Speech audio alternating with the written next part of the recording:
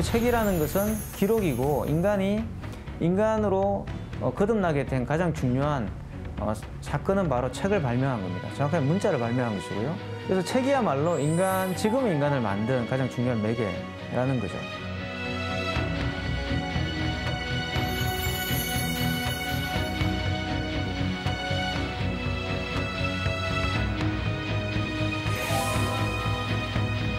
고등학교 때 우연히 저희 그 학교 건물 4층이었던 걸로 기억나는데 도서관이었습니다.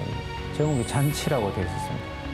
그래서 인간의 종말에 인간을 생각해 볼 수 있는 가장 중요한 그런 책이 아닐까. 사랑에 대한 이야기지만 우리가 말 그대로 값진 삶을 살고자 한다면, 인간이 인간이고자 한다면 꼭 읽어봐야 될 책이 향연입니다. 그러니까.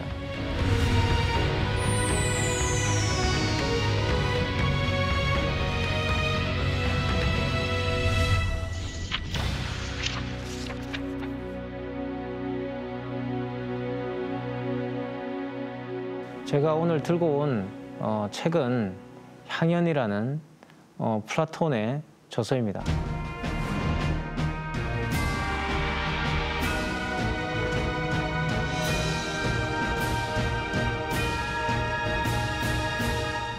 물론 겉으로는 소크라테스가 이 책을 쓰고 플라톤이 옮긴 것처럼 되어 있지만 사실 이 책은 플라톤이 소크라테스의 이야기를 받아 쓰는데 그치지 않고 본격적으로 자신의 이야기를 하기 시작한 저작으로 알려져 있습니다. 향연은 어떤 책이냐? 일단 그 이야기부터 해볼까 하는데요. 고대 그리스 말로 향연이라는 말은 심포지온입니다. 물론 이제 라틴어로 옮기면서 심포지움이라고 바뀌었고요. 지금 우리에게 아주 익숙한 그 심포지움입니다. 학술 대회 또는 작은 어떤 워크숍 같은 그런 것을 우리는 심포지움이라고 부르는데, 말 그대로 심포지움은 함께 술을 마시면서 이야기를 나눈다는 뜻입니다. 거기에서 많은 이야기를 나누게 되는데 이제 그 이야기가 바로 철학이라고 불리는 그런 사유 방식의 토대가 됩니다. 그래서 고대 그리스에서는 철학을 한다는 것은 함께 모여서 술을 마시는 것이었어요. 그리고 그 술을 마시는데 그치지 않고 거기에서 이른바 주연을 베풀게 되는데 반드시 악사나 댄서들을 불러서 같이 이제 감상을 하고 또 그러한 음악과 춤에 근거해서 또 예술적인 어떤 이야기를 나누는 그런 모임이었다고 보시면 됩니다. 사실 오늘날도 학술대회가 끝나면 거기에 많은 발표자분들이 이른바 뒤풀이라는 걸 하는데요. 그 뒤풀이가 바로 심포지움이라고 보시면 되겠어요. 그래서 그 당시 심포지움은 큰 항아리에 포도주를 담아서 조금씩 돌려가면서 마십니다. 그러면 그 항아리 안에 보면 그림이 그려져 있어요. 그 그림들이 하나씩 이렇게 이야기 순서에 따라서 전개되게 되는데 술을 많이 마실수록 그림들이 점점 더 많이 드러나게 되죠, 그죠? 그러면 그 드러난 그림을 가지고서 이야기를 나눕니다. 이제 그게 기본인 심포지움이었어요. 근데 향연에 나오는 심포지움은 우리가 일반적으로 알고 있는 그런 방식의 그리스의 심포지움과 약간 다른 걸 보여줍니다. 일단 이야기 구성이 액자소설처럼 되어 있습니다. 그러니까 이야기 안에 이야기가 들어있고요. 또 그 이야기 안에 또 이야기가 들어있는, 그리고 그 가상인물들이 계속 등장해서 그 이야기를 이어받는, 지금 우리가 즐기고 있는 그런 여러 가지 TV 드라마나 영화를 생각해도 전혀 손색이 없는 그런 구성으로 되어 있습니다. 그리고 아가톤이라는 그 등장인물 중에 한 사람인데요. 이런 심포지움 이루어지게 되는 계기를 제공하는 그런 인물이 되죠. 이 아가톤이라는 인물이 이른바 비극대회에서 큰 상을 받게 됩니다. 그렇게 이야기가 시작돼요. 근데 물론 이제 비극이라는 것, 그 당시 그리스 극의 대부분은 비극입니다. 왜냐하면 비극만이 진실을 전달할 수 있고 진리를 이야기할 수 있다고 봤기 때문에 그래요. 그 이유는 간단합니다. 왜냐하면 그리스 사람들에게 진리, 트루스라고 하는 것은 신의 진리였고요. 신의 모습을 드러내는 것을 뜻합니다. 어떤 모습으로 나타나느냐? 운명이라는 모습으로 나타납니다. 그러니까 페이트죠. 그러니까 숙명 또는 필연성으로 나타나게 되고요. 대부분 죽음의 순간과 함께 하게 되죠. 그래서 이제 그 영웅들이 육신의 삶을 버리고 천상의 그런 삶으로 돌아가는 그런 것이 그리스 비극의 대부분의 주제입니다. 그것을 그리스 사람들은 진리라고 봤죠. 그것을 데우스 엑스 마키나라고 이제 부르기도 했는데, 말 그대로 데우스 엑스 마키나는 그때 연극 내에서 신이 등장하는 장면, 그 신이 등장하는 장면 대부분 영웅들이 승천하는 장면으로 이루어져 있어요. 그래서 영웅을 승천시키는 그 기준기가 데우스 엑스 마키나였습니다. 인간이 유한하다는 것, 그리고 그 인간의 어떤 숙명이라는 것은 죽음을 향해 있다는 것, 그리고 또 그런 죽음을 피할 수 없다라는 것, 그리고 인간이 아무리 노력해도 궁극적으로는 신의 뜻에 따라서 결론을 지을 수밖에 없다라는 것을 보여주는 게 그리스 비극이었어요. 근데 그 비극 대회에서 아가톤이 우승하고 상을 받고 즐거워하는 모습으로 이 저서가 시작됩니다. 근데 이 저서는 흥미롭게도 그런 그리스 비극의 중요한 이야기를 하고 있는 게 아니에요. 그러니까 뜻밖에도 사랑에 대한 이야기를 하고 있습니다. 정확하면 에로스에 대한 이야기를 하고 있는 것이고요. 굉장히 안 맞죠. 왜냐하면 에로스라는 것은 죽음과 반대되는 것처럼 느껴지고, 사실 그 학년 내에서도 그런 이야기가 나옵니다. 소크라테스가 인간의 에로스를 이야기하면서 에로스는 아름다운 것이고 이 인간은 이 아름다움을 계속 유지하기 위해서 영원히 살고자 한다, 이렇게 이야기해요.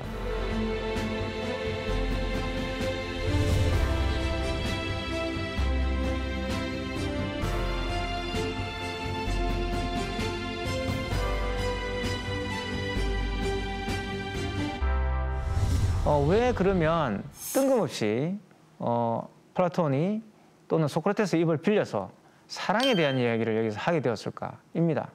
물론 이 책에서 말하고 있는 사랑이라는 것은 프렌십이라고 할 때 그 프렌드에 가까운 내용입니다. 사실 고대 그리스에서 프렌드라는 말은 프리라는 것 말과 어원이 같았어요. 프리덤이라는 말과 어원이 같았고요. 이 프리라는 말은 사랑이라는 말과 또 같은 뜻이었습니다. 그래서 프렌십은 사실 연인이라는 뜻이기도 했어요. 고대 그리스 시대는. 그래서 친구라는 존재는 나에게 연인과 같은 존재죠. 이런 이야기들이 사실 셰익스피어의 로미오 앤 줄리엣을 보면 이런 흔적들이 나옵니다. 로미오 앤 줄리엣이 사실 로미오가 줄리엣이라는 여성과 사랑에 빠지는데 로미오에게 누가 있습니까? 친구가 있죠. 이 친구가 로미오에게 그런 이야기를 합니다. 너는 여성을 위해서, 쉽게 말하면 여성과의 사랑을 위해서 우정을 버리는 것이냐, 이렇게 물어보는 장면이 나오죠. 그때 우정이라는 것은 말 그대로 이제 이 플라톤이 말하고 있는 에로스를 넘어서 있는 사랑이죠. 그게 뭐겠습니까? 플라토닉 러브라고 알려져 있는 바로 그 사랑입니다.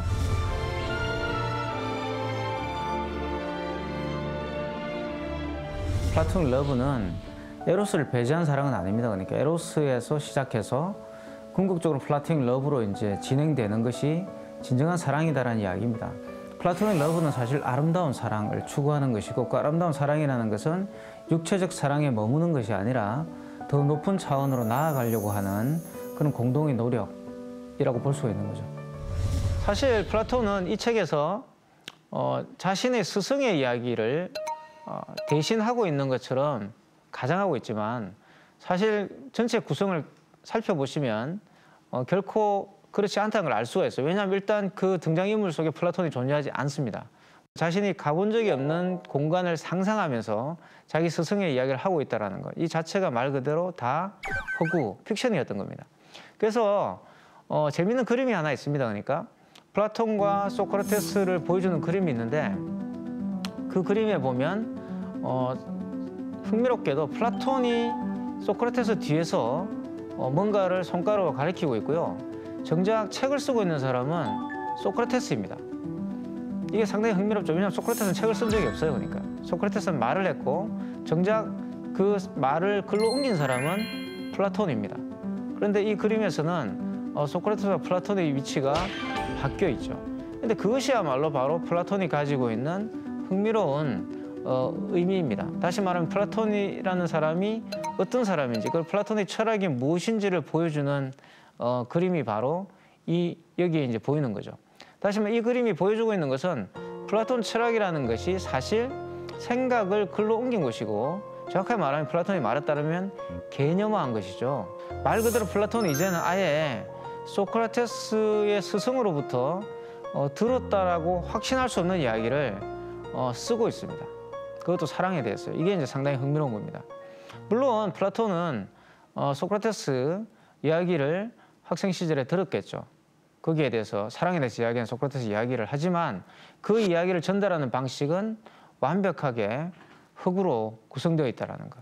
이게 상당히 이제 흥미롭고 이 사실이 바로 소크라테스와 플라톤의 관계를 보여주는 저 그림에서 선명하게 드러난다고 볼 수가 있습니다. 소크라테스는 이 책에서 어떤 이야기를 하고 있느냐. 티오티마라는 한 여성, 정확하게 말하면 뭐 이오니아 지방의 여성일 가능성이 있죠.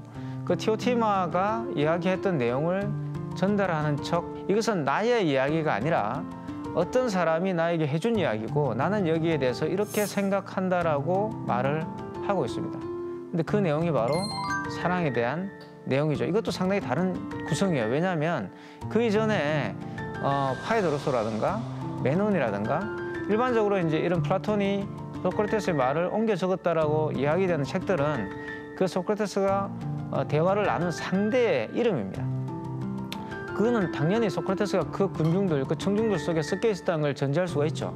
그러니까 항상 그 사람과의 대화록을 소크라테스가 받아 적었다고 볼 수가 있는데 여기에는 모든 것이 다 만들어져 있는 것이고 플롯에 따라서 완벽하게 구성되어 있는 느낌을 받게 됩니다.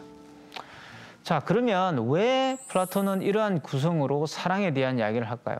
제가 처음에 이야기했던 비극의 의미로 한번 돌아가 봅시다. 제가 말씀드렸던 것처럼 그리스 사람들은 비극이야말로 신의 진리를 보여주는 것이고 그 진리라는 것은 인간의 유한성을 보여주는 것이다라고 이야기했습니다.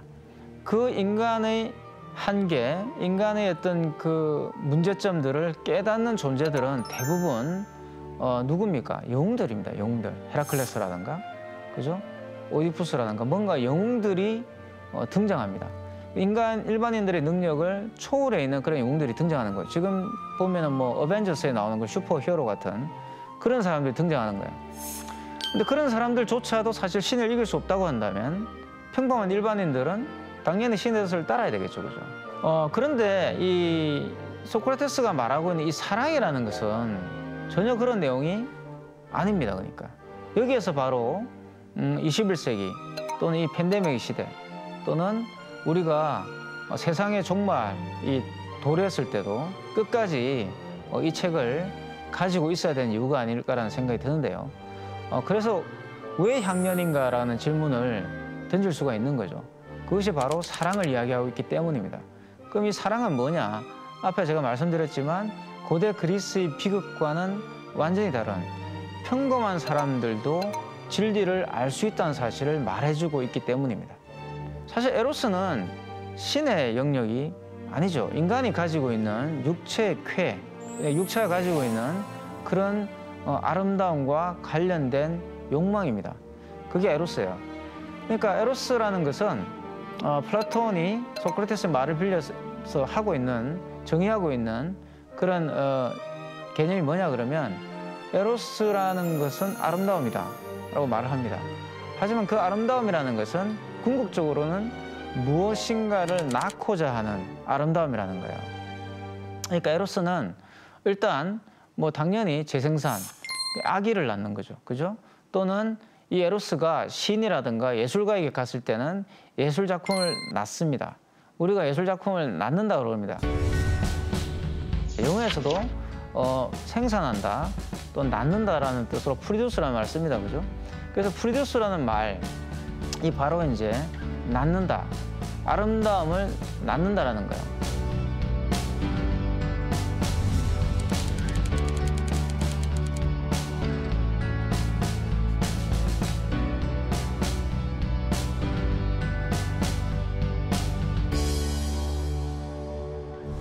소크라테스가 말하는 이 낳는다는 의미는 워크에 가까워요. 그러니까 창작에 가깝습니다. 그러니까 아예 그런 말을 하죠. 사랑은 창작이다 이런 말을 합니다.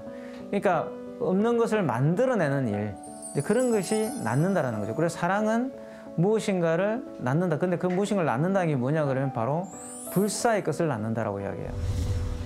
그런데 가만히 생각해 보면 이 사랑이라는 것이 반드시 우리들에게 좋은 것만 주는 건 아니에요. 그러니까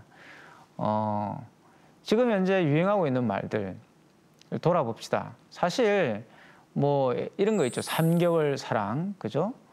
뭐 3개월 정도 만나면 이제 상대방에 대한 관심이 시들해져 가지고 더 이상 사랑하는 감정이 생기지 않는다.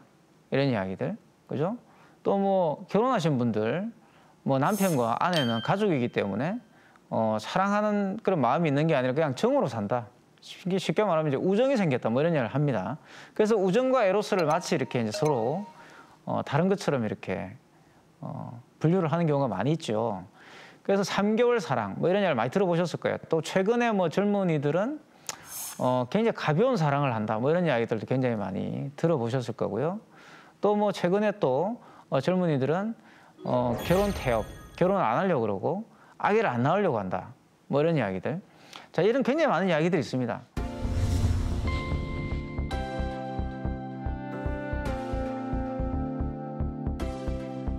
지금처럼 사랑에 대한 담론이 넘쳐나는 시대는 없는 것 같아요. 그러니까 길에 가보시면 거리를 거닐다 보시면은 곳곳에 뭐 사주 카페라든가 타로 카페라든가 연애 좀 봐드립니다. 뭐 이런 광고 문구가 많이 있죠. 또 인터넷에 들어가 보시더라도 유튜브 같은 곳에 이런 연애 상담을 해주는 프로그램이 굉장히 많이 있어요. 범람하고 있는 이런 사랑에 대한 이야기들 대부분 보면은 그런 참다운 사람을 만나는 것에 집중돼 있어요. 근데 진짜 사랑은 사실 만난 뒤로부터 시작되는 거거든요. 상대를 만난다고 해서 사랑이 자동으로 이루어지지 않는다. 이런 걸 가르치고 있는 게 이 향연이죠. 플라톤의 에로스라는 것은 당연히 좋은 것이어야 되는데 또는 즐거움을 주는 것이어야 되는데 지금 우리가 이렇게 돌아보면 에로스가 즐거움을 주기보다는 오히려 분노와 뭔가 이렇게 우리들에게 이 안타까움을 주는 것 같단 말이에요. 근데 왜 플라톤은 에로스가 즐거움을 주는 것이라고 했을까? 왜 에로스는 아름다움이라고 했을까라는 질문이 떠오르게 됩니다. 당연히 에로스라는 것은 우리들에게 즐거움을 줍니다. 하지만 문제는 우리가 지금 경험하고 있는 것처럼 또는 우리 주변에 있는 그런 대중문화나 또는 다양한 그런 문화 산업들이 보여주는 것처럼 에로스라는 것은 지속성이 없어요. 지속성이 없죠. 사실 이 에로스와 관련된 이 플라톤의 이야기는 두 가지의 어떤 오해를 낳고 있다고 저는 생각합니다. 첫 번째 오해는 뭐냐? 이 에로스라는 인간이 가지고 있는 욕망이 너무나 강력하기 때문에 에로스가 불타오를 때는 말 그대로 어떠한 사람일지라도 광기에 휩싸이게 되죠. 사실 에로스에 휩싸인 사람, 에로스의 욕망에 빠진 사람들은 범죄자와 좋은 사람 사이를 왔다 갔다 한다고 보시면 돼요. 최근에는 이제 이 에로스에 잘못 빠지면 말 그대로 스토커가 되는 거죠, 그죠? 상대방의 어떤 프라이버시라든가 상대방의 인권을 짓밟게 됩니다. 존 파울조가 쓴 미란다라는 컬렉터라는 어떤 그 소설이 있는데 그 주인공이 미란다인데요. 그 컬렉터라는 소설이 그런 걸 보여주죠. 사실 뭐 지금은 너무나도 익숙한 그런 사이코패스 영화의 소재이기도 한데 헐리우드의 스릴러 영화를 보면 대체로 자기가 사랑하는 여성을 납치해서 가둬놓고 이렇게 본인이 원하는 그런 인형으로 만들려고 하는 그런 영화들이 많이 있고 실제로 또 그런 사건이 일어나기도 합니다. 이것도 이제 에로스에 빠진 그런 광기가 잘못 유도된 것이라고 이제 볼 수가 있는 거죠. 그래서 에로스를 통제해야 된다고 생각하는 그런 이야기들이 자연스럽게 나오게 되는 겁니다. 이게 뭐 최근에 와서 이렇게 이런 이야기들이 나온 게 아니고요. 이 근대 문명이 시작되면서부터 이런 이야기들이 나왔다고 보시면 됩니다. 그게 대표적인 일부일처제예요. 일부일처제라는 것이 바로 에로스를 통제하기 위해서 나온 것이고 이 일부일처제에 굉장히 중요한 그런 이론적인 근거를 제공하는 사람들이 뭐 공리주의자들이죠. 그 중에 한 사람이 바로 멜서스 같은 사람이고요. 이 멜서스는 그런 이야기를 합니다. 에로스야말로 인구의 원리다. 그러니까 우리가 인구론으로 알고 있는 그 책은 인구의 원리라는 원제를 가지고 있습니다. 그러니까 Principle of Population이죠. 인구가 어떻게 증가하는가고요. 멜서스는 거기에서 인간의 본능이 에로스이기 때문에 그 에로스를 통제하지 않으면 말 그대로 인간은 마음대로 아기들을 낳을 것이다 라는 거죠. 그러면 어떻게 되죠? 식량 부족으로 또는 여러 가지 그런 자원의 고갈로 인류가 멸망하게 될 것이다. 그렇기 때문에 빨리 인구를 통제해야 된다. 이렇게 주장을 했어요. 그 통제의 방안이 뭐였냐? 흥미롭게도 건전한 결혼 생활이었습니다. 결혼을 빨리 시켜야 된다. 이거 결혼을 빨리 시켜서 국가에 그 가족을 등록시키고, 그게 바로 이제 인구죠. 인구 행정이죠. 그리고 그 인구를 국가가 관리해야 된다라는 것이었죠. 자, 사실 이 멜서스의 이야기는 오류로 증명이 되었지만, 말씀드렸던 것처럼 그 인구의 폭발적 증가, 기하급수적 증가와 그런 식량이 증산되는 속도가 서로 맞지 않기 때문에 발생하게 될 그런 종말은 오지 않았습니다. 그리고 또 하나의 편견이 뭐냐, 또 오해죠. 제가 볼 때는 60년대 이후에 이제 국가가 에로스를 어떻게 이용하고 또 그것을 어떻게 통제할 것인가라는 그런 어떤 생각에 맞서서 에로스의 해방을 주장하는 그런 또 생각들이 나오게 됩니다. 그게 바로 60년대 반문화 운동이었던 것이고요. 히피라든가 지금 현재 우리가 즐기고 있는 많은 대중문화의 뿌리가 이 에로스의 해방과 무관하지가 않죠. 그래서 여기에서는 또 뭐냐, 이 에로스의 해방만이 곧 사회적 해방을 가져올 것이라고 생각이 되고요. 이 에로스를 해방시켜서 인간을 자유롭게 만들어야 된다는 생각으로 나아가게 됩니다. 그것이 뭐 히피라든가 또는 여러 가지 그런 우리가 알고 있는 반문명적인 그런 문화운동들을 낳게 되죠. 자, 그래서 또 이제 이 에로스 해방을 주장하는 이런 생각들은 포르노 산업이라든가 또 그 앞에서 말씀드렸던 것처럼 이 굉장히 지금 현재로서 본다면 굉장히 납득할 수 없는 그런 방향으로 흘러간 경우도 많이 있습니다.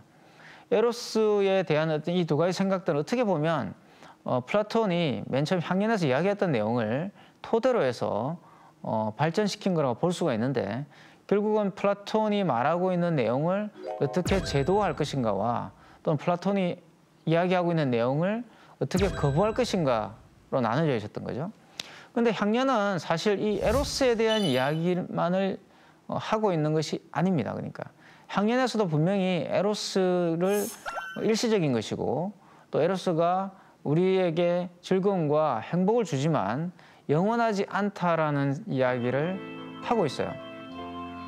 이게 이제 이 향연이라는 책이 가지고 있는 가장 중요한 요점이죠. 제가 볼 때는 이 부분을 다시 생각을 해봐야 된다는 것입니다.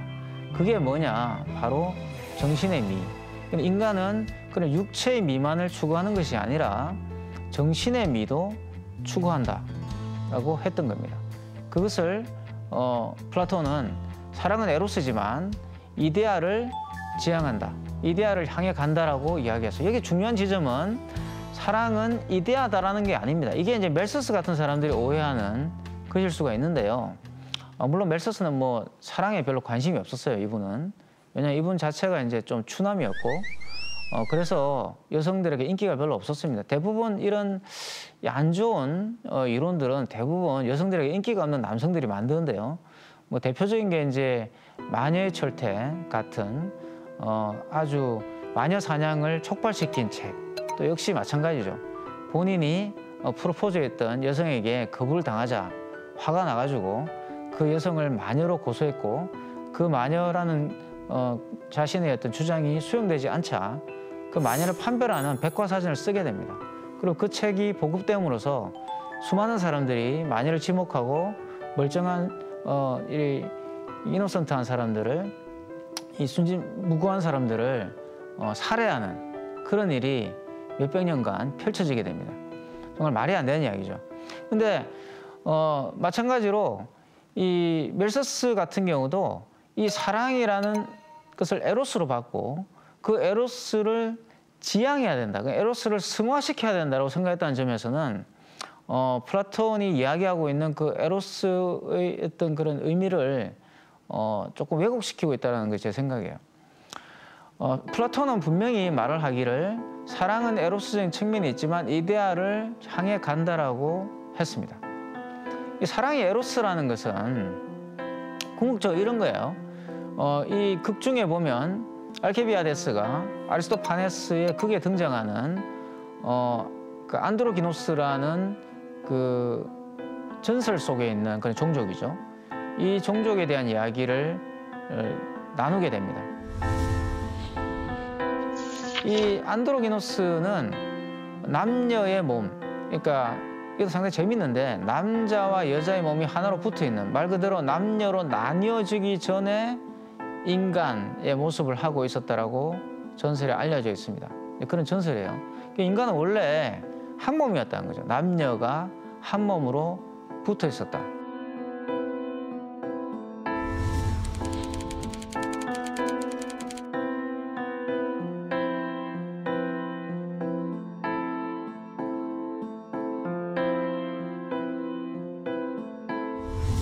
그러니까 당연히 우리가 팔다리가 두 개씩 있으니까 네 개의 팔다리를 가지고 있었던 거죠. 그래서 이 네 개의 팔다리로 공처럼 굴러서 이동을 했다. 그래서 굉장히 빨리 움직이고 정말 당연히 이제 남녀의 머리가 합쳐져 있으니까 얼마나 똑똑했겠어요, 그죠? 그러니까 신이 가지고 있는 지혜까지도 넘보는, 말 그대로 그 신이 가지고 있는 지혜를 넘본다는 것은 인간을 통제할 수 있는 기술조차도 이 안드로기노스들에게는 통하지 않았다는 뜻이 됩니다. 그래서 말 그대로 신에게 도전을 하게 되는데 이 도전이 별게 아니에요. 그냥 신보다 더 똑똑해진 거죠. 자, 그래서 제우스가 이런 신들의 우려, 야, 안드로기노스, 다시 말하면 인간이 너무나 신보다 더 똑똑해져가지고 신의 지위를 위협하고 있다. 얘네들을 어떻게 좀 해야 되겠다라고 이제 우려를 하게 됩니다. 제우스가 그 말을 받아서 그렇다면 내가 안드로기노스를 둘로 쪼개겠다라고 이제 말을 하게 되는 거죠. 그래서 번개를 쳐서 이 둘을 쪼개게 됩니다. 그 원래는 이제 등이 붙어 있었는데 그 등을 쪼개서 두 남녀로 분리시켜 버리죠. 근데 이 분리된 뒤에 이 안드로기노스들이 너무너무 슬퍼하는 거예요. 그래서 제우스는 또 불쌍한 거예요, 보고 있으니까. 너무 불쌍해가지고 예전에 하나였던 때를 추억해봐라 이래가지고 남녀에게다 각각 성기를 달아주게 됩니다. 앞쪽에다 달아준다는 거예요. 가끔씩 만나서 이제 사랑을 나누면서 과거의 하나였던 때를 추억하게 된다. 자, 그럴듯한 이야기예요, 그죠? 그럴듯한 이야기인데 여기에다가 이제 소크라테스가 첨언을 하는 겁니다. 소크라테스도 그렇게 이야기해요. 나는 사랑에 대해서 아는 바가 별로 없다. 하지만 사람들이 나를 좋아하니까 한 번도 내가 대시해가지고 거부당한 적은 없어. 이렇게 말을 합니다. 정말 이게 참 재수없는 이야기예요, 그죠? 난 한 번도 거부당한 적은 없다. 그 내가 이렇게 못생기고 내가 이렇게 늙었고 내가 이렇게 매력 없는 남성이지만 내가 연인에게 대시해가지고 한 번도 거부당한 적은 없다. 궁극적으로 소크라테스가 말하고 있는 이 사랑은 에로스와는 다른 그 무엇을 말하려고 하는 것이죠. 다시 말해 남녀가 구분되지 않고 하나로 있던 그 상태로 돌아가기 위해서 사랑을 한다. 그것이 에로스다라고 말하는 그러한 논리. 왜냐하면 항상 우리는 그렇게 이야기하잖아요. 사랑이라는 것은 반쪽을 찾는 것이다. 그죠? 너의 잃어버린 반쪽을 찾는 것이다. 이런 이야기를 많이 들었을 거예요. 물론 제가 생각할 때 이런 말들의 어원도 사실 이 플라톤의 이 향연에 있을 가능성이 저는 크다고 보는데 잃어버린 상대 나의 어떤 일부를 찾는 것이라고 하는 이 관념 자체, 이것이 에로스라는 것은 뭐 현대인들이라면 다 납득할 수 있는 이야기예요.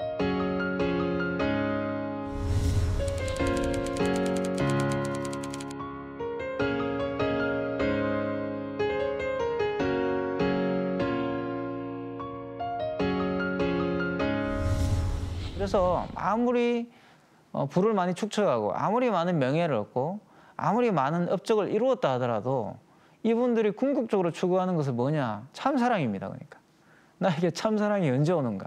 항상 우리는 그 참사랑이 오는 것을 준비하고 있고 참사랑이 오면 맞이할 태세가 되어 있죠. 그래서 우리는 뭐라고 그럽니까? 사랑에 빠진다라고 말을 하게 됩니다. 상당히 이게 이제 또 우리와 이제 서양 문화가 가지고 있는 차이라고 볼 수가 있는데요. 우리는 사실 사랑을 한다라는 말을 많이 하죠, 그죠?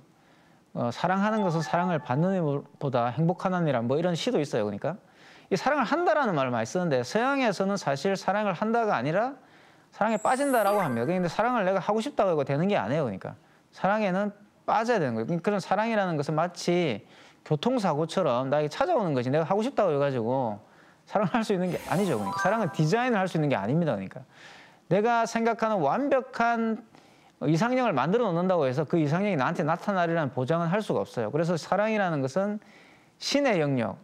자, 이래서 사랑에 진리가 있다는 말을 하게 되는 건데요. 문제는 뭐냐? 우리가 그 사랑을 맞이할 준비가 항상 되어 있다는 거죠. 그러니까 다시 말하면 우리는 항상 사랑에 빠질 준비가 되어 있습니다. 그러니까 그건 뭘까요? 우리 마음속에 뭔가 공허함이 있다는 겁니다. 그죠? 알키비아데스가 말했던 것처럼 우리에게는 항상 잃어버린 반쪽을 찾고자 하는 욕망이 내재해 있다는 거죠. 이게 바로 사랑이다라고 말을 하면 정말 설득력 있게 들립니다. 그래서 우리는 항상 우리 잃어버린 반쪽을 찾을 준비가 되어 있고요. 그것을 찾으려고 합니다. 또는 찾으려고 한다고 착각을 하고 있죠. 자, 여기까지가 제가 볼 때 현대인의 사랑이에요. 우리가 알고 있는 사랑에 대한 상식이라는 생각이 들거든요. 근데 플라톤은 여기에서 더 나아가게 됩니다. 그러니까 사랑이 에로스의 미, 다시 말하면 육체의 미에만 머문다고 한다면 사랑은 진리와 무관할 것이다. 하지만 소크라테스가 뭐라고 이야기하냐면 나는 티오티모한테 들었는데 사랑은 꼭 그런 것만은 아니라고 하더라. 이렇게 말을 해요. 항상 소크라테스는 이렇게 말을 합니다. 나는 무지한자다. 나는 아는 게 없다. 그 사람이 그렇게 이야기했다. 이렇게 피해가는 거예요. 말 그대로 아주 논쟁에서 고도의 기법이죠. 그 사람이 그렇게 말했으면 그 사람이 틀린 거지 내가 틀린 게 아니다. 그죠? 그래서 내가 또다시 반론을 제기할 수 있는데 정말 소크라테스는 그래서 요즘에 인터넷 논객을 능가하는 그런 아주 뛰어난 이 기술을 가지고 있어요. 토론의 기술을 가지고 있는데 여기에서도 마찬가지입니다.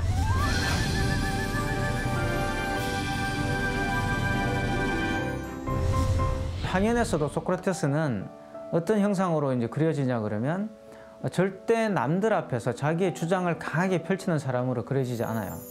잘 듣는 사람으로 나오죠. 아무리 많은 지식을 가지고 있는 사람이라 할지라도 지식의 한계에 도달하면 말이 꼬이게 됩니다. 그때 소크라테스가 치고 나오는 거죠. 그게 바로 소크라테스의 너 자신을 알라입니다. 그러니까 소크라테스가 가르치는 것은 무지입니다. 그러니까 이게 되게 재밌어요. 지식은 가르칠 수 있는 게 아니라 네가 무지하다는 것을 내가 가르쳐 줄 뿐이다라고 하는 것. 이게 오늘날 보더라도 굉장히 중요한 이야기죠. 지식은 가르칠 수 있는 게 아니라 네가 그걸 배우고자 해야지만 지식을 얻을 수 있다라고 이야기했어요. 사랑을 통해서 진리에 도달할 수 있다고 하더라. 근데 에로스는 앞에서 제가 말씀드렸던 것처럼 일반적인 사람들, 그 당시 고대 그리스 사람들은 어떻게 생각했습니까? 에로스라는 것이 너무나 즐겁기 때문에 그 아름다움이 계속되기를 원한다. 다시 말해 영원히 살기를 원한다. 그래서 재생산을 하는 거죠. 나의 분신들을 계속 만들어서 남겨두려고 한다라는 거예요. 굉장히 통찰이죠. 그러니까 당연히 인간이 본인이 영속하지 않다는 사실, 나는 영원하지 않다는 사실을 깨닫는 것, 그것이 진리라고 했잖아요. 근데 인간은 영원하게 살려고 하는 마음이 있다는 겁니다. 이 두 가지 충돌하죠. 자, 그렇다고 한다면 사랑은 뭡니까? 진리와 반대되는 것처럼 느껴진단 말이죠. 근데 여기에다가 소크라테스가 사랑은 진리다라고 선언을 하게 됩니다. 물론 그것도 자기 입으로 하는 게 아니라 내가 들은 아주 위대한 여성이 있는데 티오티모라고 그 현명한 여성을 통해서 말을 하게 되죠. 자, 사랑은 진리입니다. 플라톤에 따르면. 왜? 사랑은 그래서 에로스의 미에만 멈추지 않고 정신의 미로 나아간다. 앞에서 말씀드렸던 것처럼 이데아를 향해서 간다라고 했습니다. 여기서 중요한 것은 나아간다입니다. 에로스에 멈춰 있는 것이 아니라 그 에로스 너머로 나아간다. 자, 왜 그럴까요? 간단하죠. 에로스는 앞에서 말씀드렸던 것처럼 영원하지 않습니다. 그렇기 때문에 우리는 그 아름다움이라는 것을 채울 수 있는 다른 아름다움으로 나아가게 되는 거고요. 그 아름다움이라는 것은 나중에 프로이트는 이것을 이제 승화라고 불렀는데 이제 다른 아름다움으로 이제 나아가는 그런 길을 모색하게 됩니다. 그게 바로 이제 이 책이 담고 있는 지혜이고 제가 볼 때는 인간을 인간에게 만드는 가장 중요한 요소인 거죠.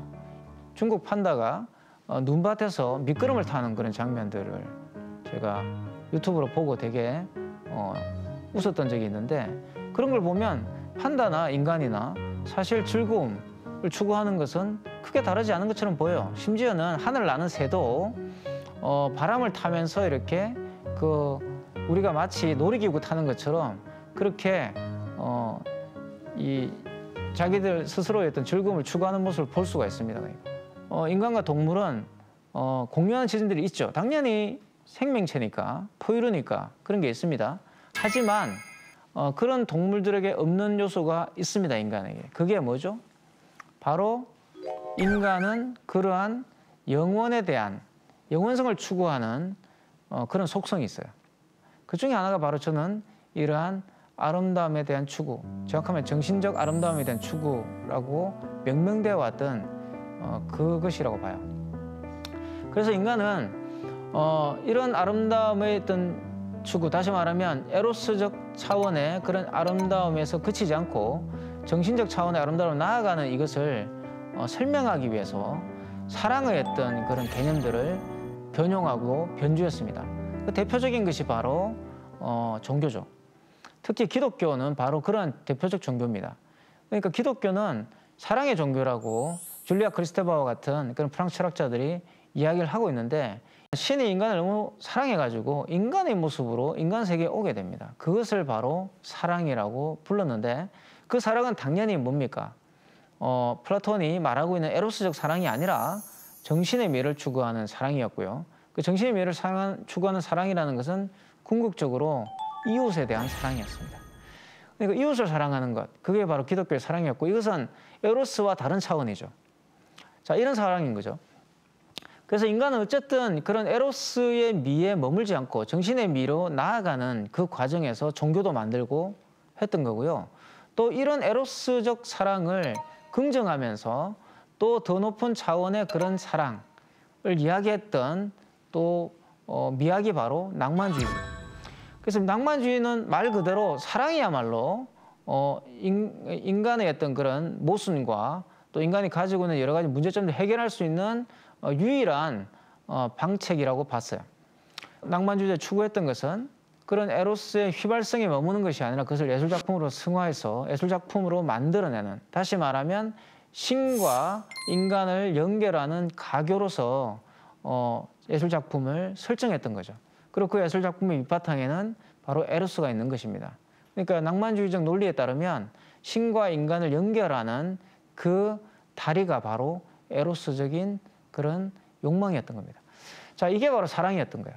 그래서 어쨌든 인간은 단순하게 그런 에로스적 욕망에 머무는 게 아니라 말 그대로 재생산, 뭔가를 생산하고 또 그 생산품을 통해서 자신의 영속을 도모하는 데 그치는 게 아니라 이 사랑을 통해서 인간의 의미를 묻는 방향으로 나아가게 된다는 겁니다. 자, 이게 그러면 지금 현재 우리가 이 당면하고 있는 이 현대 사회에서 어떤 의미를 가지느냐죠. 사실 지금 많은 우리 이야기들, 다시 말해 사랑을 둘러싼 우리 주변에 있는 이야기들은 어떻게 사랑하는 사람을 만날 것인가에 집중되어 있죠. 다시 말하면 어떻게 그 잃어버린 나의 반쪽을 만날 것인가, 다시 말하면 어떻게 그 참사랑을 찾을 것인가, 여기에 다 집중되어 있어요. 그러니까 참사랑을 찾으면 뭐 그 다음부터는 고민하지 않습니다. 이 향연에서 플라톤이 말하고 있는 것은 아니죠. 그 이야기가 참사랑을 만나는 게 중요한 게 아니라 그 사랑을 통해서 진리로 나아가는 것이 중요하다고 하는 겁니다. 끊임없이 그 진리를 향해 나아가는 그 행보를 추동해주는 에너지가 바로 또 에로스예요. 그러니까 다시 말하면 그 진리를 향해서 나아가는 그 과정에서 에로스가 지속된다는 겁니다. 그게 없으면 에로스는 사라진다는 거예요. 그러니까 다시 말하면 정신의 미로 나아가지 않으면 육체의 미조차도 남아있지 않게 된다는 이야기를 하는 겁니다. 이게 뭔가요? 이게 유명한 이야기가 있죠.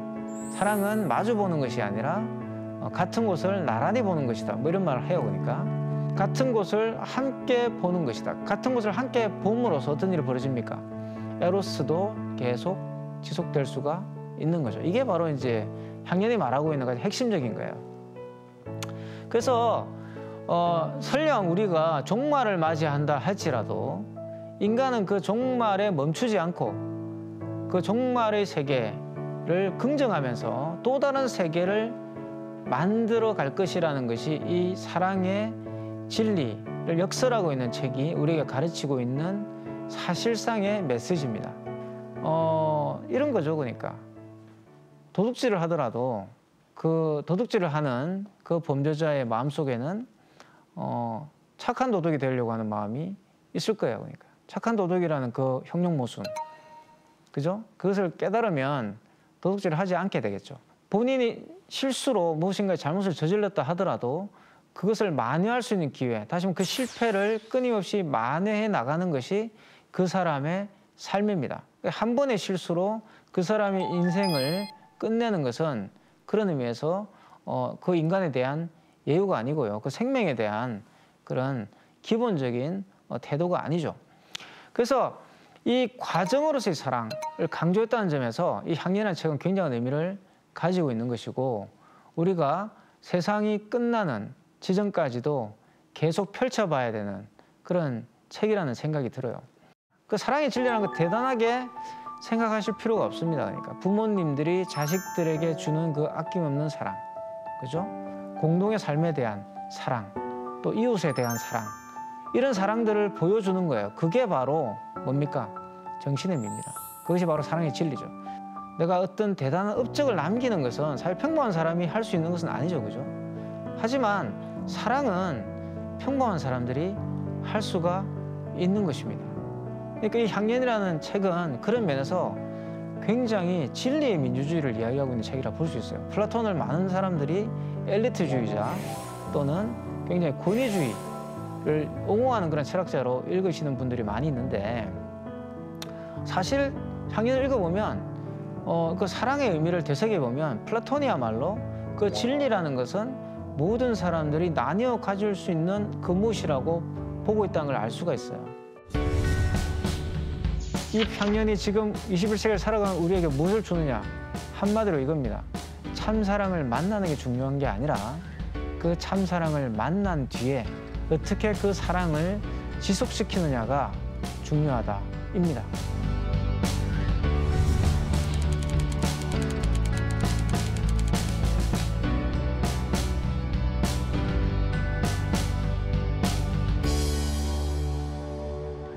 이 평범한 진리를 우리가 놓쳤을 때 우리의 사랑은 우리에게 즐거움을 주기보다는 이제 고통을 주게 될 것이고 오히려 사랑하는 사람에게도 피해를 줄 수밖에 없는 그런 나쁜 행위가 될 수가 있습니다.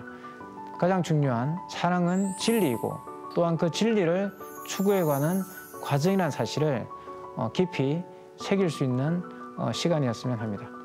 감사합니다.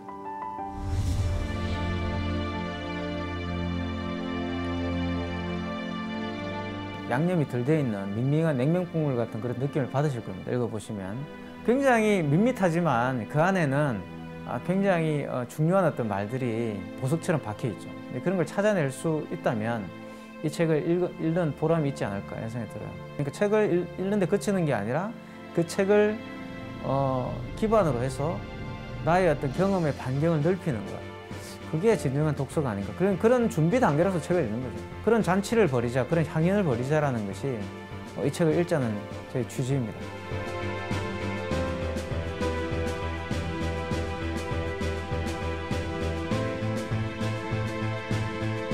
책에 나오는 내용을 숙지하고 그래서 문자 그대로 외우려고 하는 경향이 굉장히 강해요. 근데 사실 책이라는 것은 기본적으로 번역이죠. 내가 경험한 것과 그 문자로 기록되어 있는 그 작가의 경험이죠. 그것을 서로 호환시켜서 대화를 하는 행위가 바로 독서라고 볼 수 있어요.